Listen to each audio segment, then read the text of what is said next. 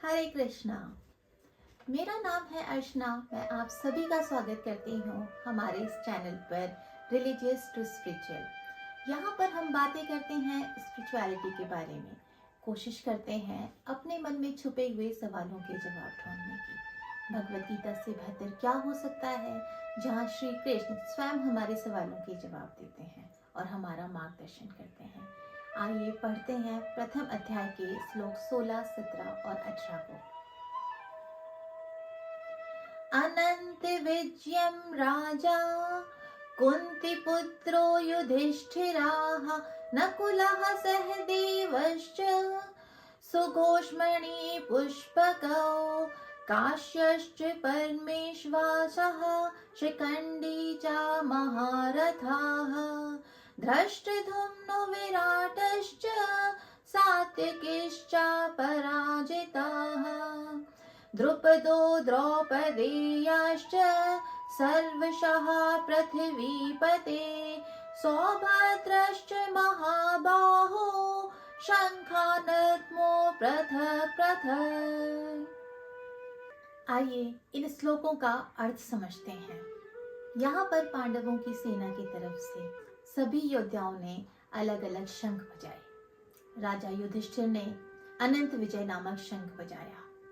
राजा युधिष्ठिर जो सदैव से ही धर्म के मार्ग पर चलते हैं। धर्म का मार्ग मुश्किल भले ही हो, लेकिन धर्म के मार्ग पर चलने पर जो विजय प्राप्त होती है वह अनंत होती है।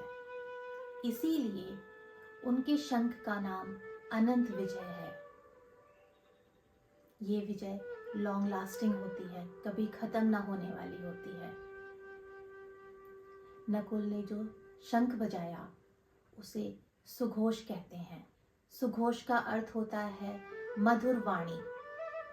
जब भी हमारे जीवन में कठिन परिस्थितियां आए तब हमें अपनी वाणी में मधुरता रखनी चाहिए, अपने व्यवहार में शालीनता रखनी चाहिए। उसी तरीके से सहदेव के शंख का नाम मणि पुष्पक था। सहदेव जो पांडवों में सबसे ज्ञानी माने जाते हैं। मणि का अर्थ होता है रत्न या नॉलेज। पुष्पक का अर्थ होता है फूल। यही सात्यकी को अपराजित कहा गया। सात्यकी को अपराजित कहने का अर्थ है जब भी आपके जीवन में कठिन परिस्थितियां आए तो कॉन्फिडेंस के साथ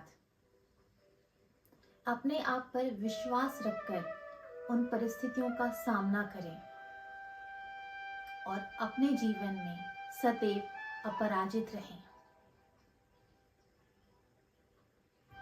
इस श्लोक में पांडव द्रुपद से लेकर द्रौपदी के 5 पुत्र अभिमन्यु सभी ने शंख बजाए। ये हमें सिखाता है जीवन में जब भी किसी बड़े लक्ष्य को प्राप्त करना होता है तो पद और उम्र नहीं देखी जाती। हर किसी की उपस्थिति बहुत मायने रखती है।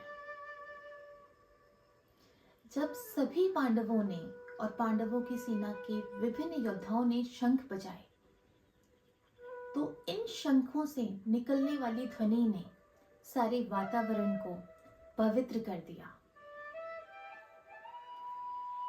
ये जो शंखनाद हुए इनसे कौरवों के जितने भी योद्धा थे उनका मन भयभीत हो गया। उसी प्रकार से जब कोई व्यक्ति धर्म के मार्ग पर चलता है या धर्म की स्थापना के लिए अपना इनपुट देता है तो उसका कॉन्फिडेंस, उसका वो इनपुट दुश्मनों के मन में भय उत्पन्न कर देता है। उम्मीद करती हूँ इन श्लोकों से आप सभी ने कुछ न कुछ सीखा होगा। मिलते हैं अगले श्लोक में। हरे कृष्णा।